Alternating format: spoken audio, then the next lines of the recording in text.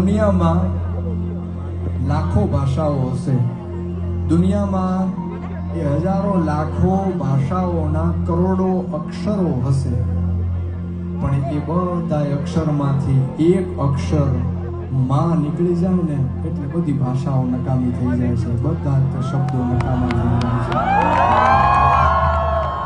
કોઈ કન્હૈયાનું ભક્ત હોય, કૃષ્ણનું ભક્ત હોય તો એને 3 અક્ષર તો બોલવા જ પડે, ત્યારે ભગવાન આવીને ઉભો રહે. કન્હૈયા બોલે ત્યાં ત્રીજો અક્ષર પતે નો પતે ત્યાં ભગવાન પોતે આવીને ઉભો રહી જાય, પણ એને 3 અક્ષર તો બોલવા પડે.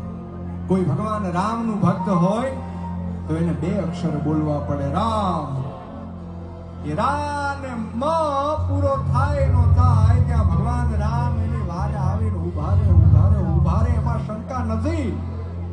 પણ દુનિયાનો કોઈ એકાક્ષરી મંત્ર હોય ને તો એ કેવળ માં છે, કે જે માં શબ્દ મોઢામાંથી નીકળે ને એની પહેલા માં આવી ઊભી હોય કે મારા દીકરાને શું થયું, મારી દીકરીને શું થયું.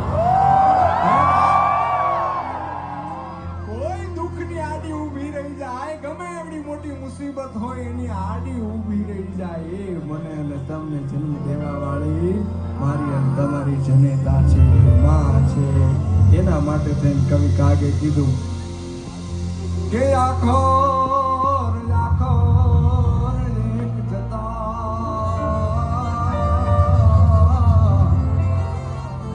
મને કરોડો આખર કામના, ભલે ને કરોડો અક્ષર હોય દુનિયામાં, પણ મારા માટે નકામું થઈ જાય બધું માં નીકળી જાય એટલે. કારણ કે મોઢે બોલું જો ને માં, ત્યાં તો મારા કોઠાને ટાઢક વળે, મારા કોઠાને ટાઢક વળે.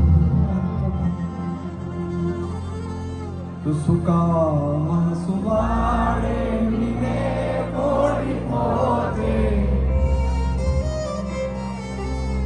પીડામાં મુકંદે તને સ્વાદ પોતે.